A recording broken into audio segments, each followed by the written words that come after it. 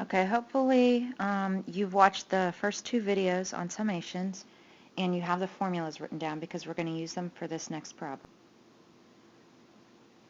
Alright, what you want to observe here is the fact that j is a variable that changes as it starts from 1 and it goes to n. So j we're going to treat as our variable, as the I in the summation formulas that you have, and n is going to be 10, 100, 1,000, 10,000. So n is just a number, and we're going to treat it as such, again with the properties that you have. So let's start by using the property that says that the summation of a sum equals the sum of the summations. So we're going to split this apart into the summation of 3j over n squared. Normally I'll do two steps in one, but for right now I guess I'll just start out with the summation of 3j over n squared plus the summation of 1 over n squared. Okay, in the next step I'm going to take the coefficients out. So 3 over n is a number, so it's going to come out, actually 3 over n squared, and j is our variable, so j is going to stay inside. 1 over n squared can come out of this summation, and all we have left inside is a 1. Alright, now what you want to do is use your formulas to replace this with what it equals, and to replace this with what it equals.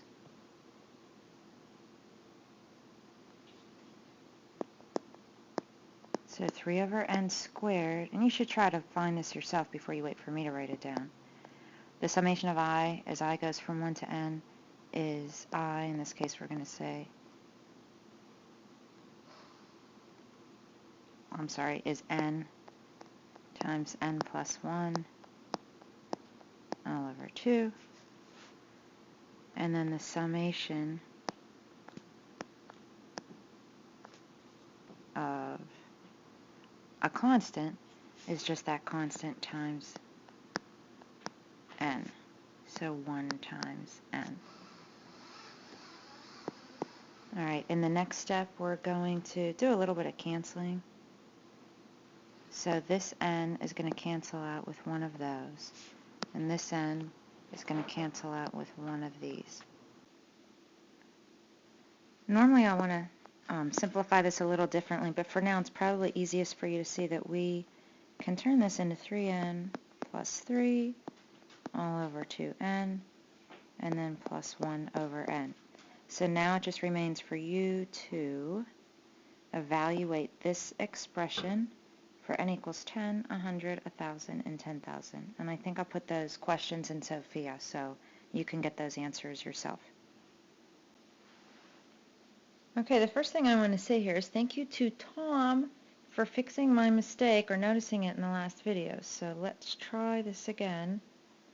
Alright, so this time when I distribute the 4i squared through, I'm going to keep it 4i cubed minus 4i squared, not 4i, right Tom? Not here, not in the next step. Okay, so now, I'm sorry, I guess this looks a little bad, so let me try to make it look better in the next line. Alright, so in this step, I want to take anything that's not an I want to take it out.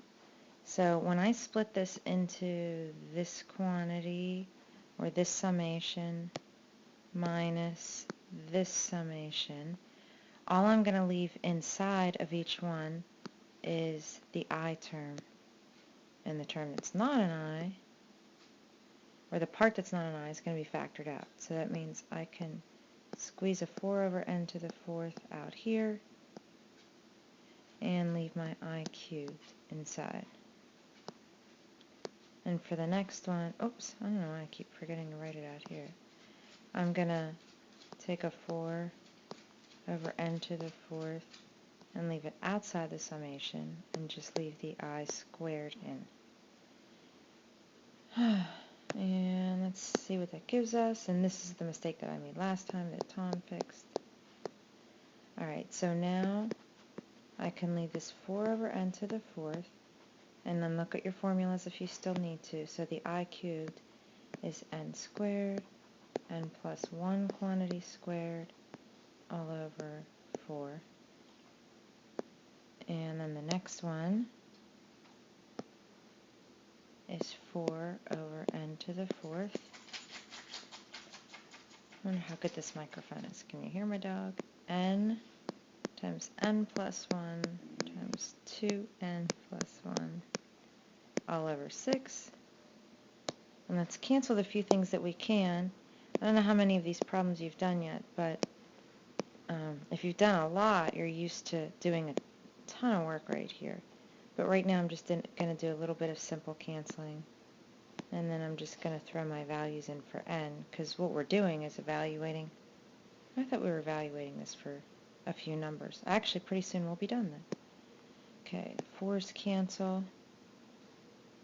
And let's pretend we're going to do the next step. So let's simplify it as good as we can.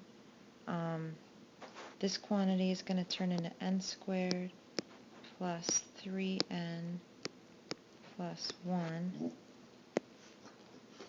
This quantity is going to be the same as n squared plus 2n plus 1.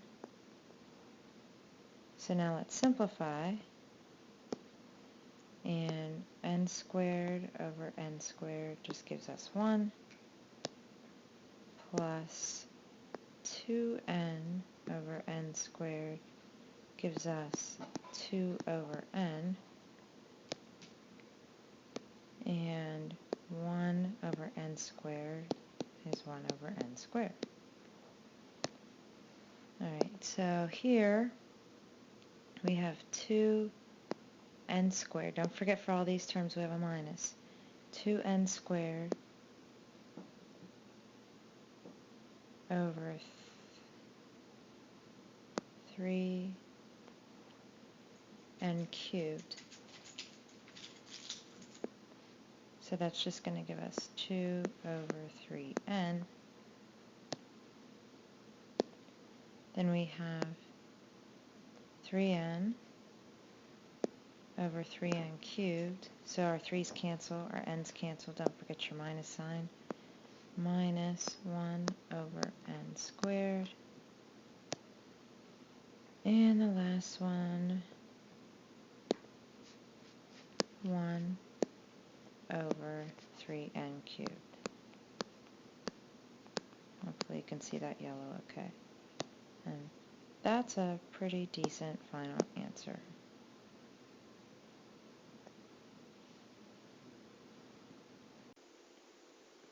Okay, this problem I'm going to do in something called Educreations, and right now I'm just going to skip. So those are your homework problems, but again, you might want to watch that one other example before you try those.